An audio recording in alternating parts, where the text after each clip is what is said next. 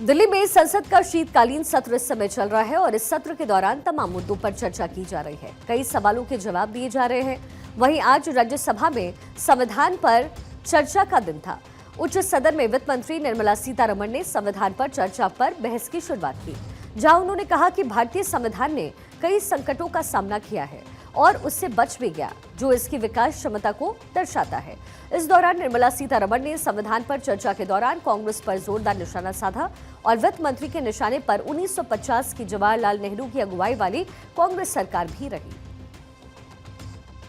Sir, the Supreme Court of India, even in 1950, 1 year before this amendment, had passed two landmark judgments that paved the way for freedom of press under Article 19(1)(a). The Supreme Court had ruled in favor of the communist magazine Crossroads, and the RSS's organizational magazine Organizer. The Supreme Court had ruled in favor of them in 1950. Many high courts also upheld the freedom of expression of our citizens and ruled in their favor. But in response, the interim government thought that there was a need for a first constitutional amendment, and that was brought in by the INC, and it was essentially to curb the freedom. So India, a democratic country, which prides itself even today about freedom of expression, saw the first interim government coming up with a constitutional amendment which was to curb the freedom of speech of Indians. And that is within 1 year of adoption of the Constitution. वहीं संविधान पर चर्चा के दौरान राज्यसभा में वित्त मंत्री निर्मला सीतारमण ने कहा कि कांग्रेस पार्टी परिवार और वंशवाद की मदद के लिए बेशर्मी से संविधान में संशोधन करती रही। ये संशोधन लोकतंत्र को मजबूत करने के लिए नहीं थे, बल्कि सत्ता में बैठे लोगों की रक्षा के लिए थे। इसके साथ ही उन्होंने लालू यादव पर भी निशाना साधा, जहां पर उन्होंने कहा कि मैं ऐसे राजनीतिक नेताओं को जानती हूं जिन्होंने उन दिनों में को याद रखने के लिए बच्चों का नाम मीसा के नाम पर रखने का फैसला किया और अब उन्हें उनके साथ गठबंधन करने में भी कोई आपत्ति नहीं है। Baba Saheb Ambedkar argued, I quote, I do not see therefore why the Constitution should tie down the people to live in a particular form and not leave it to the people themselves to decide it for themselves, unquote. And therefore, in the original Constitution, the word socialism was not there, as much as the word secularism. So 21 MPs, all opposition, belonging to all opposition parties, were held in jail. Manya Advani ji, Manya Atal ji were all in jail under Preventive Detention Law, Maintenance of Internal Security Act 1971, the infamous MISA. And I know of political leaders who have chosen to have their children named after MISA to remember those black days. And now they wouldn't even mind having alliance with them. Sir, all these together turned the Constitution into a qualitatively different text from what it was originally as adopted in November 26. वहीं दूसरी ओर विपक्ष की तरफ से चर्चा की शुरुआत मल्लिकार्जुन खड़गे ने की, जहां पर आज कांग्रेस अध्यक्ष और राज्यसभा में नेता प्रतिपक्ष मल्लिकार्जुन खड़गे का अलग अंदाज देखने को मिला। चर्चा के दौरान अपने संबोधन में मल्लिकार्जुन खड़गे ने शायराना अंदाज में बीजेपी पर हमला बोला और इस दौरान उन्होंने शायर अहमद फराज की एक कविता को सुनाते हुए कांग्रेस की विचारधारा पर अपनी बात रखी। मत कत्ल करो आवाज है उसका नाम, तुम अपने अंकितों के नेज़े हर दिल में उतार जाते हो, हर दिल में उतारे जाते हो। हम लोग मोहब्बत वाले हैं, तुम खंजर क्यों लहराते हो। हम लोग मोहब्बत वाले हैं, तुम खंजर क्यों लहराते हो। इस शहर में नगमे बहने दो, बस्ती में हमें भी रहने दो। हम पालनहार है फूलों के, हम पालनहार है फूलों के, हम खुशबू के रखवाले हैं। तुम किसका लहू पीने आए, तुम किसका लहू पीने आए, हम प्यार सिखाने वाले हैं।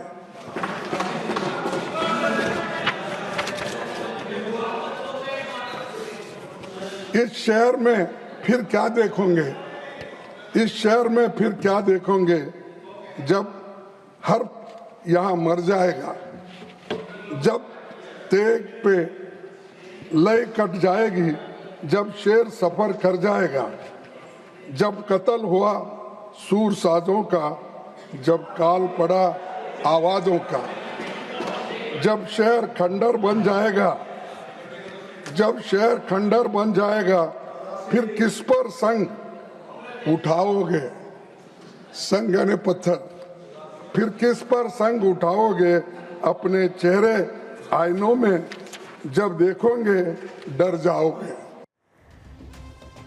वहीं राज्यसभा में संविधान पर चर्चा के दौरान कांग्रेस अध्यक्ष मल्लिकार्जुन खड़गे ने संविधान में संशोधन के मुद्दे पर भी अपनी बात रखी, जहां उन्होंने आज राज्यसभा में ये बात दोहराई कि संविधान में किया गया संशोधन पिछड़ों के उत्थान के लिए था और उस समय बाबा भीमराव अंबेडकर और सरदार पटेल दोनों ने तत्कालीन प्रधानमंत्री जवाहरलाल नेहरू का साथ दिया।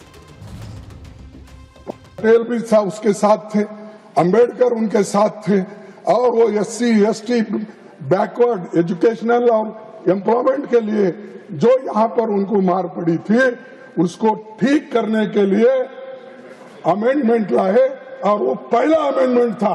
अगर ये पहला अमेंडमेंट देश के लिए नहीं, शोषितों के लिए नहीं, तो आप कह सकते थे अपने लिए लाए।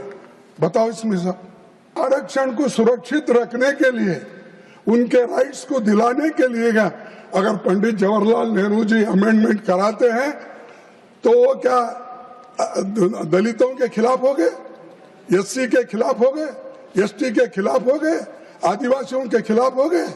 मैं पूछना क्यों ऐसी बातें करके लोगों को असत्य बातें बिठा रहे उनके दिमाग में। इसके साथ ही राज्यसभा में विपक्ष के नेता और कांग्रेस अध्यक्ष मल्लिकार्जुन खड़गे ने बांग्लादेश में अल्पसंख्यकों की सुरक्षा का मुद्दा उठाया। इस दौरान उन्होंने इंदिरा गांधी की याद दिलाते हुए कहा कि इंदिरा गांधी ने पाकिस्तान को 2 हिस्सों में विभाजित किया और बांग्लादेश को आजाद किया। इस देश का गौरव दुनिया भर में फैला, लेकिन बांग्लादेश में जो अराजकता इस समय चल रही है, इसके साथ ही उन्होंने बीजेपी से इस मामले में एक्शन की मांग करते हुए अल्पसंख्यकों को बचाने की कोशिश करने की बात कही है। सर, आज 16 दिसंबर ये बांग्लादेश का लिबरेशन डे है, जो हमारी बहादुर नेता इंदिरा गांधी जी पाकिस्तान के 2 टुकड़े करके 1 लाख पाकिस्तानी सैनिकों को बंदी कराकर इस देश को बचाया, और इस देश की शान पूरे दुनिया में चले गई। जिनको आयरन लेडी कहते हैं, उसने ये बता दिया अगर हमारे नजदीक अगर कोई आए तो उनकी खैर नहीं, ये उन्होंने बता दिया। और आज वो दिन है बांग्लादेश लिबरेशन, और वहां पर जो गड़बड़ी चल रही है, कम से कम ये लोग आंख खोलकर वहां के माइनॉरिटी को बचाने की कोशिश तो करें। वहीं दूसरी तरफ विधानसभा में आज चर्चा के दौरान वायनाड से कांग्रेस की सांसद प्रियंका गांधी ने भी बांग्लादेश का मुद्दा उठाया। चर्चा के बीच अपने संबोधन के दौरान प्रियंका गांधी ने विजय दिवस की याद दिलाते हुए बांग्लादेश में अल्पसंख्यकों पर हो रहे अत्याचार पर भारत की तरफ से कदम उठाने की मांग कही है। संसद के अंदर प्रियंका गांधी का ये स्टेटमेंट। आज विजय दिवस है। 1971 के युद्ध में जिन शहीदों ने, जिन सेनाओं ने हमारे लिए लड़ाई लड़ी, जिन जानबाजों ने ये लड़ाई लड़ी, सैनिकों को, शहीदों को, सबको सबसे पहले मैं नमन करना चाहती हूँ। मैं देश की जनता को नमन करना चाहती हूँ कि आज के दिन जो विजय भारत ने पाई वो उनके बिना नहीं हो सकता था। बांग्लादेश में जो अल्पसंख्यकों के साथ, जो हिंदुओं और ईसाइयों के साथ अत्याचार हो रहा है, उसके खिलाफ इस सरकार को आवाज उठानी चाहिए। बांग्लादेश की सरकार के साथ बातचीत करनी चाहिए और पूरा समर्थन देना चाहिए जिनको पीड़ा हो रही है उनके साथ। अब एक तरफ प्रियंका गांधी ने आज सदन के अंदर बांग्लादेश का मुद्दा उठाया, तो वहीं दूसरी तरफ उनका फिलिस्तीन प्रेम भी आज नजर आया, जहां वो सदन के अंदर फिलिस्तीन के झंडे वाला बैग लेकर के पहुंची।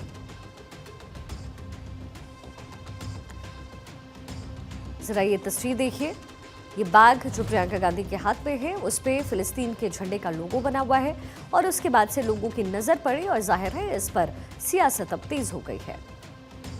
इससे पहले भी कई बार प्रियंका गांधी फिलिस्तीन का समर्थन करते हुए नजर आई हैं और आज जब इस बैग के साथ वो पहुंची तो फिर लोगों की नजरें यहां आ टिकी। प्रियंका गांधी जिस बैग को संसद के अंदर लेकर के पहुंची उस पर फिलिस्तीन लिखा था और इसमें तरबूज जैसे फिलिस्तीनी भी प्रतीक थे। इसे फिलिस्तीनी एकजुटता का प्रतीक कहा जाता है। तरबूज फिलिस्तीनी संस्कृति का एक अहम हिस्सा रहा है। फिलिस्तीन के लोगों के साथ एकजुटता दिखाने के लिए अक्सर कटे हुए तरबूज की तस्वीर और इमोजी का इस्तेमाल होता है और जब प्रियंका गांधी आज ये लेकर के पहुंची तो फिर जाहिर है इस पर खूब हंगामा हुआ।